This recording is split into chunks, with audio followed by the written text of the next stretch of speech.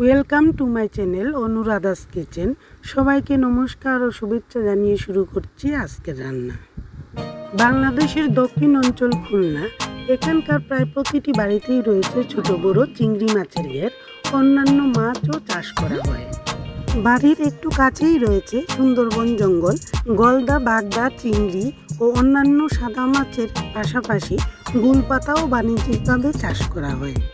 সমুদ্র উপকূলের বেশিরভাগ মানুষই গুলপাতার ছাউনি দিয়ে ঘর তৈরি করেন।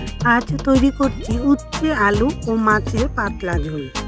কম তেল মশলায় রান্না করা এই রেসিপিটি খুবই সাধারণ ও সহজ, তবে সবার জন্য খুবই উপকারী। যারা কখনোই রান্নাঘরে যাননি অথবা রান্নাঘরে নতুন, তাদের জন্য এই রেসিপিটি খুবই সাধারণ এবং যে কেউ ইচ্ছে করলে করতে পারেন। রান্নার জন্য নিয়েছি একটি উচ্ছে। উচ্ছে খুবই উপকারী একটি সবজি। উচ্ছে রক্ত পরিষ্কার করে, হাড় ভালো রাখে এবং শরীরকে ঠান্ডাও রাখে। রোগ প্রতিরোধ ক্ষমতা বাড়াতে উচ্ছে ভর্তা অথবা সেদ্ধ করলে বেশি উপকার পাওয়া যায়। সেই সাথে নিয়েছি কয়েকটি বিলাতি ধনিয়া পাতা।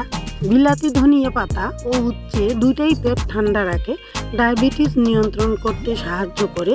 পেটের যে কোনো সমস্যায় এর ভর্তা খেলে খুব উপকার পাওয়া যায়। এখানে আমি রুই মাছের 4টি ভাজা টুকরা নিয়েছি। সেই সাথে রয়েছে একটি উচ্ছের 4টি টুকরা করা আলু এবং ধনিয়া পাতা। যেহেতু দেশি উচ্ছে নিয়েছি তাই একটা উচ্ছেই যথেষ্ট। হাইব্রিড করলা হলে বেশি দিলেও চলে, তবে পরিমাণে কম দিলে বাচ্চারা সহজেই খেতে পারে। রান্নার শুরুতেই কড়াইতে বেশ পরিমাণ জল দিয়ে দিলাম। যেহেতু পাতলা ঝোল হবে তাই জলের পরিমাণটা একটু বাড়িয়েই দিতে হবে। জল ঢেকে দিয়ে 3-4 মিনিট জাল হওয়ার পর যখনই জলটা ফুটে আসবে তখনই আমি একে একে আলু, উচ্ছে, ধনিয়া পাতা, লবণ, হলুদ এবং সামান্য কাঁচামরিচ দিয়ে দেব। আলুতে রয়েছে প্রচুর পরিমাণ ফাইবার বা আঁশ, যা হজমের জন্য খুবই ভালো। ছোটো চামচের 1 চামচ হলুদ, 1 চা চামচ লবণ ও 1 চা চামচ পরিমাণ পাকা মরিচ বাটা দিয়ে দিলাম। সামান্য নেড়েচেড়ে চুলার আঁচটা বাড়িয়ে দিয়ে আরও 3-4 মিনিট জাল হবে। আলু ভালো করে সেদ্ধ না হলে তরকারির স্বাদটা ঠিকমতো আসে না। আলু ভালো সেদ্ধ হয়ে এসেছে, এবার ঝোলটা নামিয়ে রাখছি। এই রান্নাটিকে হেলদি ফুড বলা যায়। এতে তেল বা মশলার পরিমাণ খুবই কম লাগে।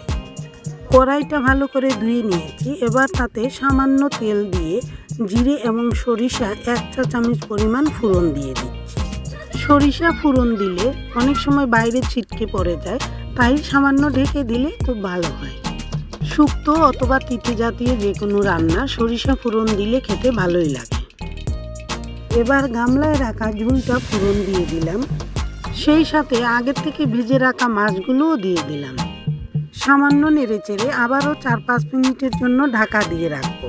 কম আঁচে 3-4 মিনিট জাল হওয়ার পর মাছটাও অনেকটা সেদ্ধ হয়ে এসেছে। এবার লবণটা একটু চেখে দেখতে হবে। উচ্ছে ও বিলাতি ধনিয়ার যত ধরনের রান্নাই রয়েছে তার মধ্যে সেদ্ধ বা ভর্তা সবচেয়ে বেশি উপকারী। গরমকালে মাছের ঝোলের এরকম পাতলা ঝোল সবার জন্য খুবই উপকারী। পরিবারের ছোট বড় সবার সুস্বাস্থ্য রক্ষা করতে বা বজায় রাখতে আশা করছি এই রেসিপিটি আপনাদের ভালোই লাগবে। তিতা জাতীয় যে কোনো রান্না বা খাবার আমরা সাধারণত রাতে খাই না, সকাল বা দুপুরে এই রান্নাটি পরিবেশন করা যায়।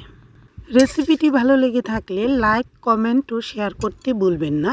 আর যারা এখনও আমার চ্যানেলটিকে সাবস্ক্রাইব করেননি, দয়া করে সাবস্ক্রাইব করুন। গরমকালে অসুখ বিসুখের মাত্রা তুলনামূলকভাবে বেশি হয়, তাই এই সময়ে সব সময় স্বাস্থ্যকর খাবার খাওয়া আমাদের জন্য খুবই ভালো। পরবর্তী ভিডিও দেখার আমন্ত্রণ রইল। সবাই ভালো থাকবেন, সুস্থ থাকবেন, সেই প্রার্থনায় আজকের রান্না এখানেই শেষ করছি। সবাইকে নমস্কার, সবাইকে শুভেচ্ছা জানাই। ভালো।